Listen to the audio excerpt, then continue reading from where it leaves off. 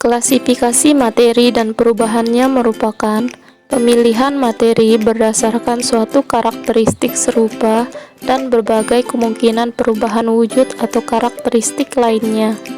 Benda-benda di sekitar kita dapat berupa wujud padat, cair, atau gas. Semua benda tersebut adalah materi. Materi adalah sesuatu yang mempunyai massa dan dapat mengisi atau menempati suatu ruang. Alam semesta terdiri atas planet-planet dan salah satu contohnya adalah planet Bumi.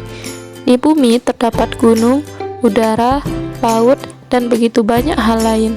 Segala sesuatu yang berada di Bumi tersusun atas materi, yang terdiri atas unsur seperti air, udara, tanah, dan api. Berdasarkan wujudnya, materi dapat diklasifikasikan menjadi zat padat, cair, dan gas. Benda padat misalnya adalah logam, besi, seng, emas, batu, dan lain sebagainya. Zat cair meliputi air, minyak, dan bensin. Dan yang terakhir adalah gas, yang meliputi asap, udara, dan uap air.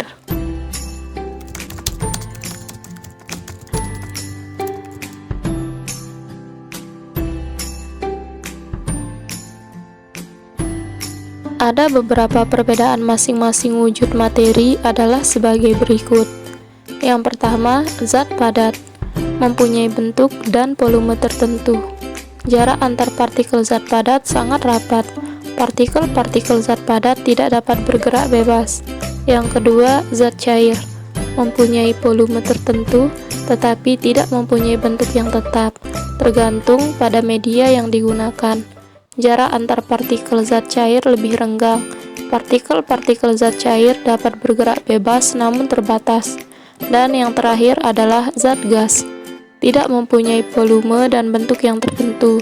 Selisih jarak antar partikel gas sangat renggang, dan partikel-partikel gas dapat bergerak dengan sangat bebas. Berdasarkan susunannya, materi yang ada di alam dapat diklasifikasikan menjadi zat tunggal dan zat campuran. Zat tunggal ini mencakup unsur dan senyawa. Unsur adalah zat tunggal yang tidak dapat dibagi lagi menjadi bagian yang lebih sederhana dengan proses kimia biasa dan akan tetap mempertahankan karakteristik asli dari unsur tersebut. Misalnya, sebongkah emas apabila dibagi terus sampai bagian yang terkecil akan menjadi atom emas. Atom adalah bagian terkecil dari suatu unsur. Contohnya unsur lain meliputi besi, timah, seng, tembaga, dan nikel. Para ilmuwan menggunakan simbol tertentu untuk setiap unsur untuk mempermudah persamaan matematisnya. Berikut adalah beberapa contoh unsur logam dan non-logam disertai simbolnya.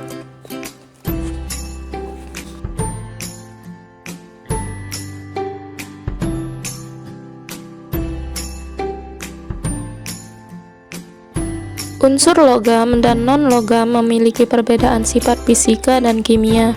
Berikut perbedaan sifat unsur logam dan non-logam.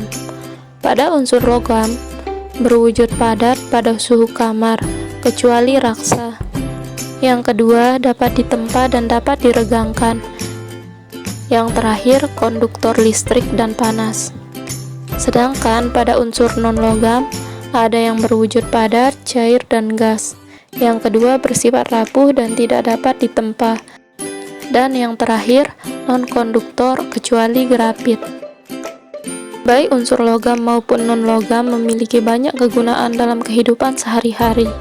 Contohnya, besi dan tembaga banyak digunakan untuk alat-alat perkakas, alat-alat rumah tangga, dan bahan untuk rangka kendaraan. Unsur iodium banyak digunakan sebagai antiseptik. Senyawa.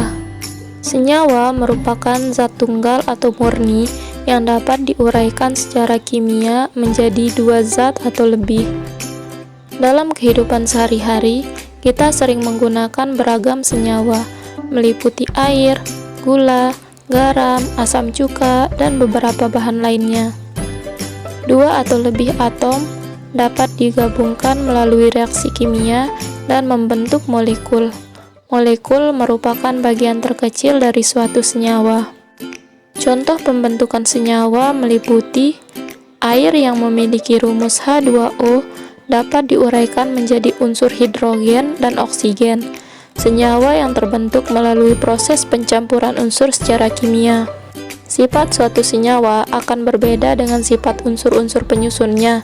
Misalnya, sifat air sebagai senyawa akan berbeda dengan sifat gas hidrogen dan oksigen sebagai unsur penyusunnya.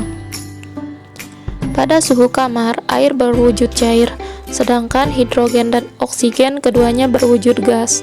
Air dapat digunakan untuk memadamkan api, sedangkan gas hidrogen merupakan zat yang mudah terbakar dan gas oksigen merupakan zat yang diperlukan dalam pembakaran. Tadi kita sudah membahas unsur dan senyawa, sekarang kita akan membahas tentang campuran. Campuran merupakan suatu materi yang terdiri atas dua zat atau lebih yang masih mempunyai sifat zat asalnya dan tidak mempunyai komposisi yang tetap. Contoh beberapa campuran dalam kehidupan sehari-hari adalah susu coklat, air sungai, udara, batuan, dan garam beriodium.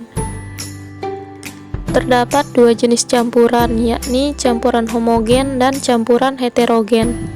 Campuran homogen adalah campuran yang tidak dapat dibedakan zat-zat yang tercampur di dalamnya, seperti larutan gula, larutan garam, dan sirup merupakan contoh campuran homogen. Sedangkan campuran heterogen adalah campuran yang terjadi karena zat yang tidak dapat bercampur satu dengan yang lain secara sempurna sehingga masih dapat dikenali zat penyusunnya. Pada campuran heterogen, seluruh bagiannya tidak memiliki komposisi yang sama. Contohnya, pada air dan minyak yang jelas-jelas tidak dapat bersatu atau larut. Contoh yang kedua, pada campuran pasir dan air. Untuk memperoleh zat murni, penyusun campuran tersebut harus dipisahkan. Ada beberapa cara memisahkan campuran. Untuk materi ini kita bahas di video selanjutnya ya. Sampai di sini dulu pembahasan kita kali ini. Semoga video ini bermanfaat untuk adik-adik. Wassalamualaikum warahmatullahi wabarakatuh.